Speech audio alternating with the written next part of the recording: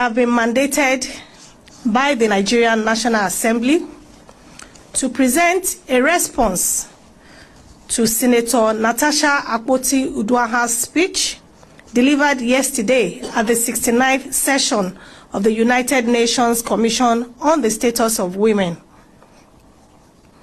In response to the call by the President of the Interparliamentary Union, IPU, Right Honorable Tulia Axen, to hear both sides of the matter, I have received a letter from the Nigerian Senate in my capacity as the chairman of the House Committee on Women Affairs and Social Development of our Parliament in Nigeria, and the parliamentarian representing Nigeria at this conference. In the spirit of transparency and fairness, I now wish to read this letter from the Senate in its entirety, and it is crucial that all perspectives are heard and that all aspects of the situation are duly considered. And the next voice you'll be hearing from here will be the voice of the Senate leader of the Senate, Senator Opeyemi Bamidele, CON, the leader of the Senate, Federal Republic of Nigeria. Senator Natasha Akpoti-Uduaghan was suspended for gross misconduct and unruly behavior, and not as a result of allegation of sexual harassment or assault. The authority of the Senate of the Federal Republic of Nigeria firmly rebukes the deliberate misinformation and false narratives being circulated by certain media organizations regarding the six-month suspension of Senator Natasha Akpoti-Uduaghan. Let it be unequivocally stated that Senator Uduaghan was suspended solely for a persistent act of misconduct, blatant disregard for the provisions of the Senate Standing Orders 2023 as amended, and gross indiscipline, nothing more, nothing less. This is still the voice of the leader of the Senate. It has come to the attention of the Senate that some media reports are attempting to falsely suggest that Senator Uduaghan's suspension was due to allegations of sexual harassment. This is completely untrue, misleading, and a calculated attempt to distort the facts. If Senator Uduaghan had strictly followed our guiding principles, the Senate would have treated her petition based on merit in line with its practice, but she never obeyed the established practices of the institution where she was serving. The facts of the suspension. This is still the voice of the Senate leader. Senator Uduaghan's suspension was a decision of the Committee of the whole Senate, following the submission of a report by the chairman of the Senate Committee on Ethics and Privileges. The report found her guilty of violating sections 6.1 and 6.2 of the Senate rules and recommended her immediate suspension. The disciplinary action was a response to her repeated violations of legislative decorum, including 1. Refusing to sit in her assigned seat during plenary on the 25th February 2025, despite multiple pleas from the leadership and other ranking senators, an act of open defiance and disorderly conduct. 2. Speaking without being recognized by the presiding officer in clear violation of parliamentary practices and procedures on the 25th February 2025. 3. Engaging in unruly and disruptive behavior, obstructing the orderly conduct of Senate proceedings. 4.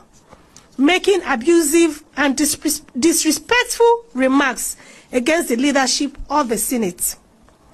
5. Defying and refusing to comply with the summons of the Senate Committee on Ethics and Privileges mandated to investigate cases of misconduct. These actions represented a direct challenge to the authority of the Senate and a violation of the Senate Standing Orders 2023 as amended that govern the business of the Senate and the conduct of its members. The disciplinary measure was therefore necessary and justified to restore order and uphold the integrity of the Senate of the country's foremost democratic institution.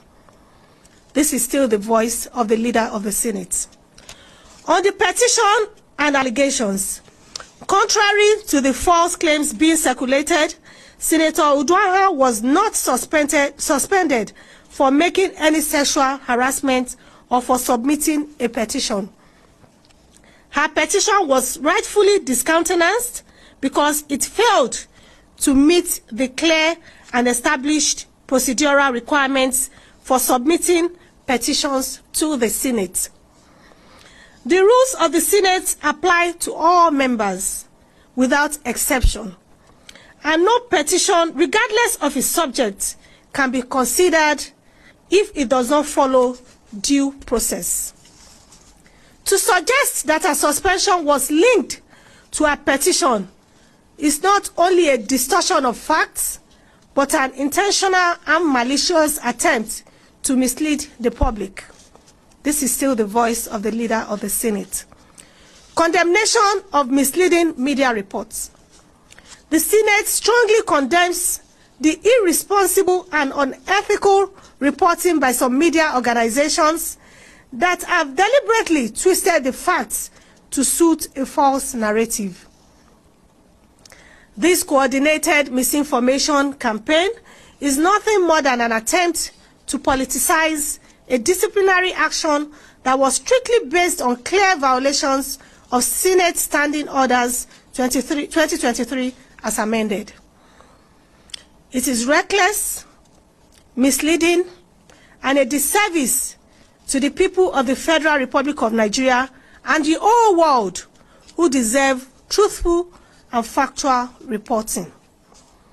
We therefore urge all foreign correspondents and responsible media houses to correct these misrepresentations and avoid propagating falsehoods that undermine the integrity of Nigeria's legislative process.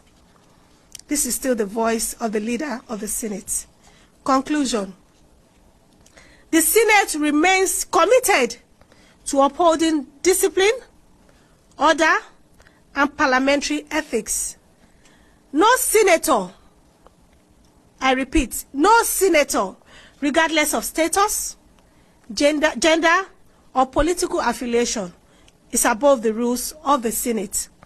Senator Ogbara's suspension was a direct consequence of her actions and nothing else. We urge the public and the media to disregard any false reports suggesting otherwise and to always seek the truth before spreading politically motivated narratives. Signed, Senator Bamidele Okpeyemi, CON, Leader of the Senate, Federal Republic of Nigeria. Thank you very much.